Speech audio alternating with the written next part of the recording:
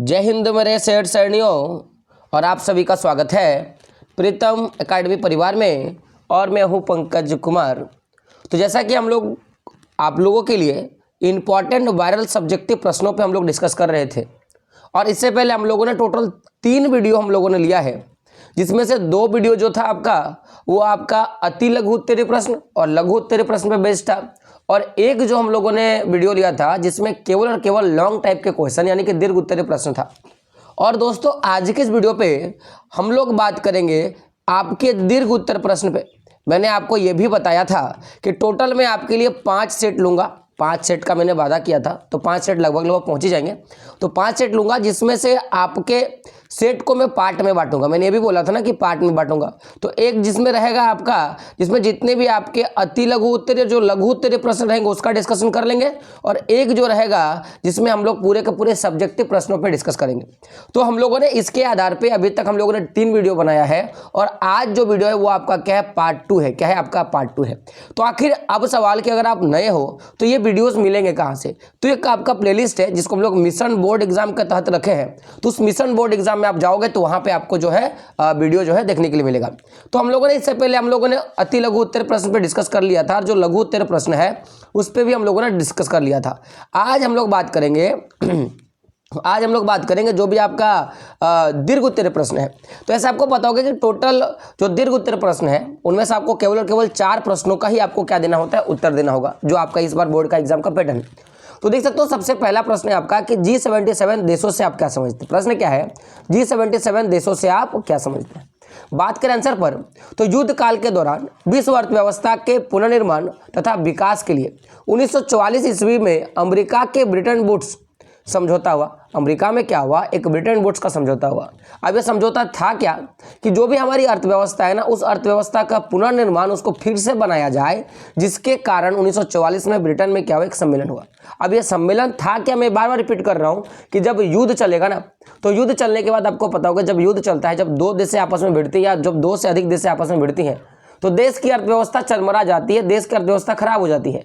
तो उस अर्थव्यवस्था को ठीक करने के लिए 1944 में अमेरिका में एक सम्मेलन हुआ जिसे ब्रिटेन वुड्स का सम्मेलन कहा गया।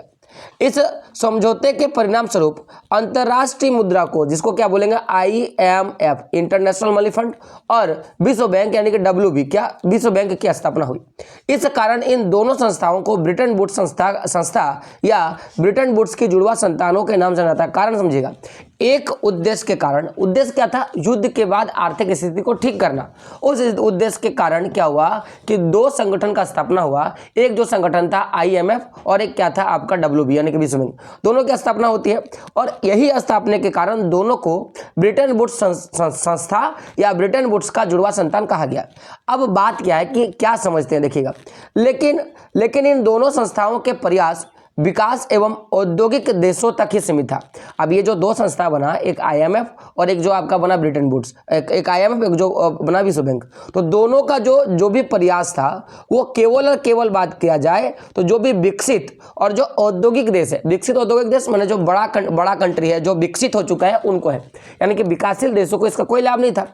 तो विकसित एवं औद्योगिक देशों तक ही सीमित रहा, जबकि विकासशील एवं अल्प विकसित देशों को इस संगठन से कोई लाभ नहीं हो रहा था। अब जितने भी विकासशील और जो अल्प विकसित देश, जैसे भारत हो गया है ना, पाकिस्तान हो गया, तो ये जो सारे के सारे जो विकासशील देश है उनको इस संगठन से यानी कि ब्रिटेन वुड्स जुड़वा संस्थान से या ब्रिटेन वुड्स संस्थान से कोई लाभ नहीं हो रहा था।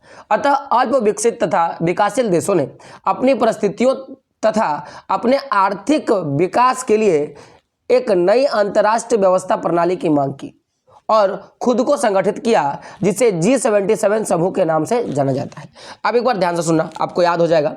पहला क्या हुआ, स्थिति ये था कि जब युद्ध चल रहा था तो एक माइंड में आया कि युद्ध के दौरान और युद्ध के बाद अपने आप को संभालने के लिए, चाहे वो पैसे का बात हो, हथियार का बात हो, तो उसके लिए क्या काम किया जाए। तो युद्ध के दौरान अगर हमको संभालना है तो उसके लिए अंतर्राष्ट्रीय मुद्रा कोष, जिसको बोलते हैं अंतर्राष्ट्रीय मुद्रा कोष हम लोगों ने बोला, जिसे बोलेंगे IMF, और युद्ध के बाद अपनी स्थिति को ठीक करने के लिए वर्ल्ड बैंक, जिसको बोलेंगे विश्व बैंक। इनका क्या काम था कि ये सारे जितने भी संगठित देश थे, अब ये संगठित देश में था कौन, तो जितने भी विकसित और जितने भी औद्योगिक देश थे, जैसे ब्रिटेन हो गया, जैसे मैं बात करूंगा चीन हो गया, है ना, तो ये जो सारे के सारे देश हैं वो लोग अपनी स्थिति को युद्ध के दौरान और युद्ध के बाद सुधारने के लिए 1944 में एक संगठन बना देते हैं। अब ये संगठन का जो प्रयास था वो केवल और केवल विकसित और औद्योगिक देशों तक सीमित था, यानी कि जो भी विकासशील और जो अल्प विकसित देश थे ना, उनको इसका कोई लाभ नहीं हो रहा था। तो अब उनको भी तो लाभ चाहिए ना अपनी स्थिति को सुधारने के लिए। तो इन्होंने क्या किया कि अपनी स्थिति को सुधारने के लिए एक नया संगठन बनाया जिसे क्या कहा गया, G77 समूह कहा गया। अब बात करते हैं अगले प्रश्न पे। अगला प्रश्न है आपका कि भारत में सौर ऊर्जा का भविष्य उज्जवल है, क्यों, आपको बताना है। तो बात करें आंसर पे, तो भारत एक उष्णकटिबंधीय देश है, यहाँ उच्च तापमान पाया जाता है। सूर्य से प्राप्त होने वाली ऊष्मा को फोटोवोल्टाइक तकनीक के द्वारा विद्युत ऊर्जा में बदला जाता है। भारत के ग्रामीण तथा सुदूरवर्ती क्षेत्रों में सौर ऊर्जा अधिक लोकप्रिय है, क्योंकि देखो यहाँ पे लाइन पहुँच नहीं सकती है, यहाँ पे आप जो भी कोयले से बनने वाली ऊर्जा हो या पानी से बनने वाली ऊर्जा हो उसको पहुँचा नहीं सकते हो, क्योंकि सुदूरवर्ती बहुत दूर दराज वाले इलाके हैं, है ना, लोकप्रिय है। भारत में खाली और प्रति भूमि का उपयोग आज सौर ऊर्जा के बड़े प्लांट लगाने में किया जा सकता है। आप देखोगे जो राजस्थान का पूरा क्षेत्र है या जो भी ऐसा क्षेत्र है जहाँ पे केवल और केवल आपको प्रति पड़ी भूमि मिलेगी, चाहे वो पहाड़ी क्षेत्र क्यों ना हो, तो वहाँ पे हम लोग क्या कर सकते हैं कि सौर ऊर्जा का प्लांट लगा सकते हैं। और सौर ऊर्जा के उपयोग से लकड़ी, कोयला और विद्युत की बचत होगी तथा पर्यावरण का संरक्षण होता रहेगा और भारत की जो पर्यावरण संरक्षण है वो भी होता रहेगा। इस तकनीक से हमारे प्राकृतिक साधन भी सुरक्षित रहेंगे तथा सौर ऊर्जा ऐसा स्रोत है जो कभी समाप्त नहीं होगा। इसी कारणों से सौर ऊर्जा का भविष्य जो है भारत में आपको उज्जवल मिलेगा। उज्ज्वलता का कारण क्या है कि आपको पता है कि ये सूर्य से ऊष्मा लेता है और उसको एक फोटोवोल्टाइक तकनीक के द्वारा विद्युत में बदल देता है। अब चूंकि ये भारत में जो भी सुदूरवर्ती या जो भी ग्रामीण क्षेत्र है वहाँ तक सरकार बिजली अगर नहीं पहुँचा पाती है तो वहाँ पर सौर पैनल लगा सकती है, और जो भी उस क्षेत्रों में जो भी आपके प्रति पड़ी भूमि है जिसमें खेती नहीं किया जा सकता है उसमें सौर पैनल आराम से लगेगा, जिससे लोग लकड़ी, कोयला ऐसे तमाम सारे ऊर्जा के संसाधनों की बचत होती रहेगी। अगला प्रश्न है आपका कि अर्थव्यवस्था में मुद्रा की भूमिका का विवेचना करें, और बड़ा इंपॉर्टेंट सा प्रश्न है, पूछा गया ही प्रश्न है। तो बात करें आंसर पे, तो किसी अर्थव्यवस्था में मुद्रा का सर्वाधिक महत्व है और मुद्रा का मुख्य कार्य वस्तुओं तथा सेवाओं के विनिमय को व्यवहारिक रूप से सरल बनाना होता है। आप देखोगे ना, अगर मैं मुद्रा का कार्य का बात करूं तो ये क्या करता है कि मुद्रा जो है वो सर्वाधिक महत्वपूर्ण है। कारण क्या करेगा कि इसका मुख्य कार्य क्या है, वस्तुओं तथा सेवाओं के विनिमय का, यानी कि जो आदान प्रदान है ना, उसको व्यवहारिक रूप से क्या करता है, सरल बनाने का काम करता है। अर्थात ये खरीद बिक्री के लिए एक सरल माध्यम के रूप में काम करता है। क्या करता है, ये जो लेना और देना, यानी कि आप जाकर दुकान में खरीद रहे हो या दुकान में जाके सामान को बेच रहे हो तो उसके लिए क्या करता है, उसका एक माध्यम बनाने का काम करता है। बात करें आगे तो देखोगे व्यापारिक गतिविधियों के संचालन के लिए वस्तुओं तथा सेवाओं के मौद्रिक मूल्य का निर्धारण आवश्यक होता है और यह कार्य मुद्रा के द्वारा होता है। आप देखोगे यहाँ पे मैंने बोला कि व्यापारिक गतिविधियों के संचालन के लिए वस्तुओं तथा सेवाओं के मौद्रिक मूल्य, मौद्रिक मतलब कि देखोगे जो एमआरपी होता है, अगर मान लो 50 रुपये एमआरपी है तो आप उसके लिए 50 रुपये का नोट दे सकते हो, लेकिन अगर 50 रुपये एमआरपी है तो उसको ऐसा वस्तु देना आपके लिए कठिन हो जाएगा जिसका मूल्य 50 रुपया हो। तो जो मौद्रिक मूल्य है उसके लिए जो है मुद्रा सबसे बड़ा इंपॉर्टेंट रोल अदा करती है। अगला क्या है, मजदूरी, पेंशन आदि का भुगतान एक समय के बाद होता है। इस तरह से आर्थिक क्रियाओं में मुद्रा के माध्यम से स्थितिगत भुगतान विश्वसनीय तरीके से होता है। अब आप देखोगे बहुत सारे लोग होते हैं कि जो पेंशन धारक होते हैं, बहुत सारे लोग होते हैं कि आज काम करेंगे उसको 1 महीने के बाद उसको क्या दिया जाएगा, पैसा दिया जाएगा। लेकिन अगर वस्तु विनिमय प्रणाली होता तो यह पॉसिबल ही नहीं था कि आखिर वो पेंशन उसको कब दिया जाएगा या फिर उनको जो भी उन्होंने काम किया वो 1 महीने के बाद दिया जाएगा, पॉसिबल नहीं होता। आपको उसी समय वो वस्तु आपको चुकाना होता। तो जब मुद्रा आया तो इससे एक चीज क्या हुआ कि जो भी भुगतान है ना वो समय के बाद होने लगा, और साथ ही साथ क्या हुआ कि जो इसके लिए विश्वास भी हुआ कि नहीं वो पैसा मुझे दे देगा। ये मुद्रा का ही था, क्या प्रचलन था। अगला क्या है आपका, किसी अर्थव्यवस्था की स्थिति लोगों के क्रय शक्ति तथा प्रति व्यक्ति या ऐसे मालूम होता है, इसके आकलन में मुद्रा की भूमिका प्रमुख है। आप देखो अगर आपकी जो अर्थव्यवस्था है वो कितनी सुदृढ़ है या वो कितनी फल फूल रही है, उसके लिए मुद्रा बड़ा इंपॉर्टेंट है कि आप जो भी मुद्रा है उसमें आप कितना खरीद कर रहे हो, कितना बिक्री कर रहे हो, और उससे ये भी पता चलेगा कि आप कितने पैसे कमा रहे हो। अगर मान लो कि अगर ऐसा होता, वस्तु विनिमय प्रणाली होता, आपने किसी के घर में काम किया, आपको एक कद्दू दे दिया, फिर अगले दिन आपने काम किया, आपको एक मैं बोलूँगा कि 1 किलो टमाटर दे दिया, फिर अगले दिन आपने काम किया तो आपको कुछ और एक खाने का वस्तु दे दिया, तो क्या उससे कभी भी आपकी प्रति व्यक्ति है पता चलता? आप फिर क्या गिनाते, सर मेरे पास 5 लौकी है, 10 कद्दू है, 8 केले हैं, तो उससे प्रति व्यक्ति नहीं नापी जाएगी। लेकिन आपने चार घरों में काम किया और 400 करके आया, तब आराम से बोलोगे सर मेरी प्रति व्यक्ति कितने, 1600 रुपया है, तो आप आराम से निकाल सकते हो। तो यही जो है काम करने का काम करता है मुद्रा। अगला और अंतिम प्रश्न है आपका कि लोकतंत्र शासन व्यवस्था के समक्ष विस्तार की चुनौती क्या है। ये जो आपने सुना होगा कि लोकतंत्र के पास एक बहुत बड़ा चुनौती है, क्या चुनौती है? विस्तार की चुनौती। तो आखिर ये चुनौती क्या है? लोकतंत्र के लिए विस्तार का मतलब होता है देश के हर क्षेत्र में लोकतंत्र के मूलभूत सिद्धांतों को लागू करना, यानी कि जो भी सिद्धांत है आपका लोकतंत्र का, वह देश के हर एक क्षेत्र तक पहुंचना और लोकतंत्र के प्रभाव को समाज के हर वर्ग और देश के हर संस्था तक पहुंचाना। और जो लोकतंत्र की व्यवस्था है ना, वो ऐसा नहीं कि केवल मूलभूत को लागू कर दिए और लोगों तक उसकी समझ ना पहुंचे, लोगों तक पहुंचाना, चाहे वो हर वर्ग के लोग हो, चाहे वो कोई भी लोग हो। आगे देख सकते हो क्या है कि इसका अर्थ है सत्ता में साझेदारी को अधिक से अधिक विस्तृत करना, यानी कि सत्ता की जो साझेदारी है ना, चाहे वो स्त्री हो, पुरुष हो, क्षुद्र हो, यानी कि किसी भी प्रकार का कोई जाति वर्ग का हो, उसके पास सत्ता का साझेदारी का विस्तार करना, ये क्या है? सत्ता की साझेदारी का एक लोकतंत्र पहलू है।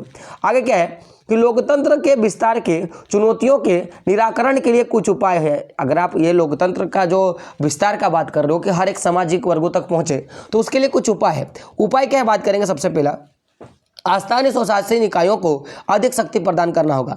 अब अस्थायी स्वशासी मतलब जैसे आपको पता होगा केंद्र है, केंद्र के नीचे राज्य है, और राज्य के नीचे आपको पता होगा या तो आप बोलोगे ग्राम पंचायत, या तो आप क्या बोल रहे हो कि जो है आपका जिला परिषद, यानी कि मैं बात कर रहा हूँ कि जो मेयर होते हैं, ठीक है। तो जो स्थानीय स्वशासी होते हैं यानी कि ग्राम क्षेत्र, ग्राम सभाओं में या जो मेयर वाले चुनाव होते हैं, उनमें लोगों को ज़्यादा शक्ति देना पड़ेगा, पहला। अगला क्या है आपका, संघ के हर इकाई को संघवाद से प्रभावित करना होगा। संघ का जितना भी इकाई उसे संघवाद होगा। बाद में आपको पता है लोगों की भूमिका होती है, जहां पे सत्ता के पावर को बांटा जाता है। ऐसा नहीं कि सत्ता तो एक करता है, लेकिन उसके पावर को बंटवारा किया जाता है। तो जितनी भी इकाई हो, चाहे आप कोई भी इकाई में बात कर लो, उसमें सत्ता की साझेदारी में क्या होना चाहिए? संघवाद होना चाहिए, सत्ता को बांटा जाना चाहिए, ताकि जो पावर है वो सबके पास जब बटेगा तो उसका उपयोग भी क्या होगा? हर व्यक्ति अच्छे ढंग से कर पाएगा। अगला क्या है, महिलाओं और अल्पसंख्यकों को सत्ता में साझेदारी देना होगा, कि जो भी महिलाएं हैं उनको क्या देना होगा कि ज्यादा मात्रा में ये पार्टिसिपेट करने का मौका देना होगा। साथ ही महिलाओं और अल्पसंख्यकों को मुख्य धारा से जोड़ना होगा। जो भी महिला और जो भी आपके अल्पसंख्यक लोग होंगे, उनको किसी न किसी कारण से, चाहे वो सरकारी पैसा देके हो, नियम से हो, या कोई व्यवस्था लागू या आरक्षण से हो, उनको मुख्य धारा से क्या करना पड़ेगा? जोड़ना पड़ेगा। अगला क्या देख सकते हो, गौ नंबर का ऑप्शन है कि लोकतंत्र शासन व्यवस्था के विस्तार के लिए लोकतंत्र में सत्ता का विकेंद्रीकरण आवश्यक है। अब देखो, एक होता है केंद्रीकरण। केंद्रीकरण का मतलब होता है कि सत्ता का एक जगह इकट्ठा होना, और विकेंद्रीकरण का मतलब क्या होता है कि सत्ता का फैलना। तो सत्ता को क्या करना पड़ेगा? फैलाना पड़ेगा। क्योंकि देखो, अगर मान लो कि यहाँ पे कोई एक राजा है, तो सब यहाँ पे नहीं पहुंच सकता, लेकिन राजा क्या कर रहा है? राजा यहाँ पे, और इन्होंने अपने बहुत तरह के यहाँ पे लोग फैला दिए हैं, तो लोग या तो इसके पास पहुंच जाएंगे, या इसके पास पहुंच जाएंगे, या इसके पास पहुंच जाएंगे, और इस तरह करके वो राजा के पास पहुंच सकता है। तो विकेंद्रीकरण बड़ा इंपॉर्टेंट है, जिससे सत्ता बटार जब बढ़ जाएगा तो लोग आसानी से सत्ता तक पहुंच पाएगा।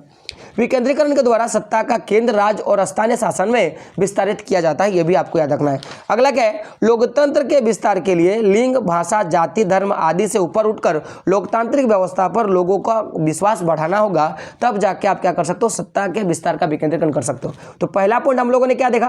पहला पॉइंट था कि जो देश के हर एक क्षेत्र तक जो भी मूलभूत सिद्धांत हैं उनको लागू करना, और लोकतंत्र के प्रभाव से समाज के हर एक वर्ग को वहां तक पहुंचाना, चाहे वो संस्था हो, चाहे कोई भी लोग हो। साथ में देखा था कि सत्ता का अर्थ होता है कि इसमें साझेदारी को अधिक से अधिक बढ़ाना, लोग ज़्यादा से ज़्यादा इसमें इन्वॉल्व हो।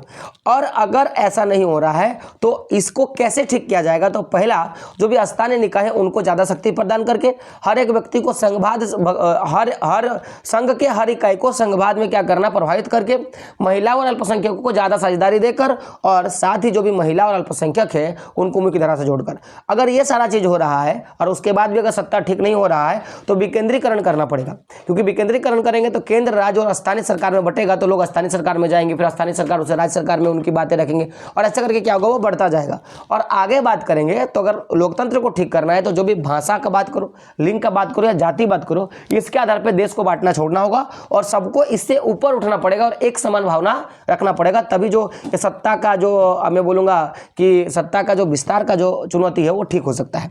तो ये टोटल जो भी आपके 4 प्रश्न थे ना, इंपॉर्टेंट जो भी 4 प्रश्न थे, मैंने आपको करवा दिया। रहा बात कि आपके मैप वर्क का, तो मैं एक वीडियो में आपके सारे के सारे मैं मैप वर्क करवा दूंगा, जहां से आपके मैप वर्क से भी आसानी से प्रश्न आएंगे और आप आराम से नंबर ले लोगे। तो ये आपके टोटल वीडियो थे।